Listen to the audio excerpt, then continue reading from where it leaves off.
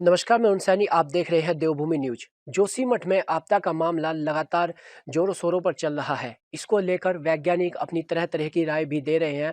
जोशीमठ के मामले पर ही हमारे साथ आज मौजूद हैं आजाद खालिद जी, जिन्होंने जोशीमठ को बचाने के लिए एक फार्मूला तैयार किया है। वो फार्मूला क्या है और कैसे वो फार्मूला पूरा बनकर तैयार हुआ है, जानेंगे आजाद खालिद जी से ही। सर, देवभूमि न्यूज में आपका स्वागत। आपका भी अभिनंदन करता हूँ, स्वागत है। सर, आपने जोशीमठ में जो आपदा आ रही है उसको लेकर एक फार्मूला तैयार किया है। ये फार्मूला क्या है और कैसे ये तैयार हुआ है, इस पर आपकी क्या कुछ राय है? देखिए, जोशीमठ के फार्मूला बताने से पहले मैं बताना चाहूँगा कि जोशीमठ जो बसा हुआ है, ये तकरीबन 7वीं शताब्दी में बसा था। और 7वीं शताब्दी के अंदर जो है, ये कतिपय एक राजा थे उत्तराखंड के, उन्होंने यहाँ राजधानी बनाई थी। और उस टाइम जो है यहाँ पर जो ये ढलान के ऊपर बसा हुआ है जोशीमठ, जो ऊपर से भूस्खलन हुआ और मलबा जो ऊपर से नीचे आया, वो मलबे का जो फैल गया उसके ऊपर यहाँ पर एक ये बस्ती बसाई गई थी। तकरीबन 15-20 परिवार उस टाइम हुआ करते थे। लेकिन आज जो है, इस बस्ती ने एक नगर का रूप ले लिया है और यहाँ पर बड़ी-बड़ी बिल्डिंगें बन गई, ईंट और क्या नाम है रोडीज़ के मकान बनाने शुरू कर दिए, भवन बनाने शुरू कर दिए, चौड़ी-चौड़ी सड़कें हो गईं, कंस्ट्रक्शन ज़रूरत से ज़्यादा हो गया, जो मिट्टी है वो कच्ची है, कच्चे पहाड़ हैं और उसके ऊपर भवन बन गए बहुत ज़्यादा, तो ओवर प्रेशर हो गया। नालियों का कोई हिसाब-किताब प्रॉपर वे में नहीं था, सीवेज का कोई हिसाब-किताब नहीं था, तो उसकी वजह से जो है, जोशीमठ के अंदर जो है, परेशानियाँ तो आ ही रही हैं। दूसरी चीज़ सबसे बड़ी बात ये है कि जोशीमठ जो है, ये अर्थक्वेक के हिसाब से 5th ज़ोन में आता है। 5th ज़ोन में आने का मतलब ये है कि अर्थक्वेक पॉइंट के ऊपर ये खड़ा हुआ है। और सबसे बड़ी बात ये, जोशीमठ जो है, ये एक धार्मिक स्थल है।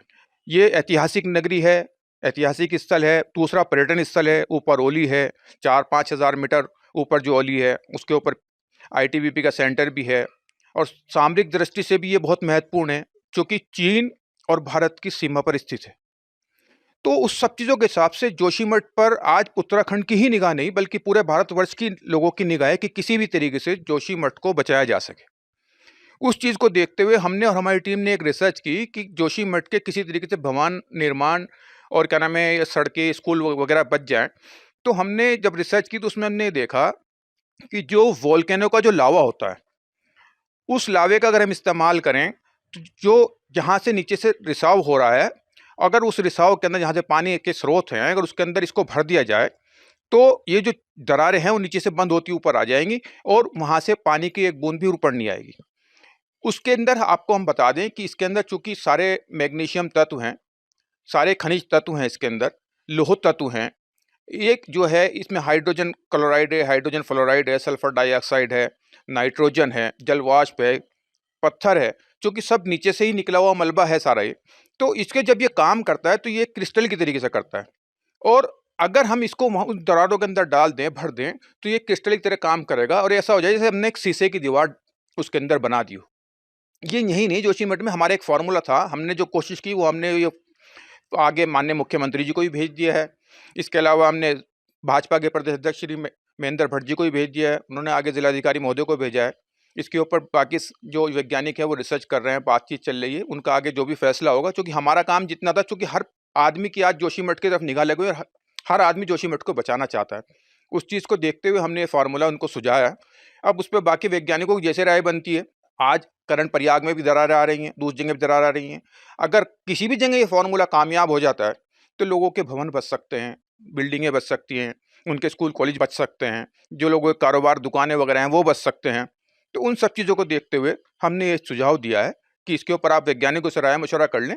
अगर ये चीज़ सही है और कामयाब है, तो मैं समझता हूँ कि इससे जोशीमठ ही नहीं, बल्कि जहाँ-जहाँ पर भी दरारें आ रही हैं, जैसे कर्णप्रयाग हो गई, दूसरी जगह हो गई, तो वहाँ के लोगों को एक बहुत बड़ा फ़ायदा पहुँचेगा इससे और सबसे बड़ी चीज़, उनकी इमारतें, बिल्डिंगें बच जाएँगी, ताकि वो कारोबार के लिए कहीं इधर-उधर ना भागना पड़े और अपनी जगह पर रह सकें। सर, आप भी लगातार जोशीमठ में डटे रहे हैं, आप भी जोशीमठ का दौरा किया है।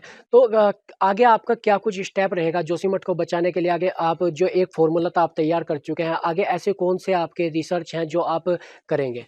देखिए, ऐसा है, अब तो मामला वैज्ञानिकों के हाथ में। 8 टीमें हैं, जो सेंटर से भी आई हुई, यहाँ से भी हैं, जो रिसर्च कर रही हैं।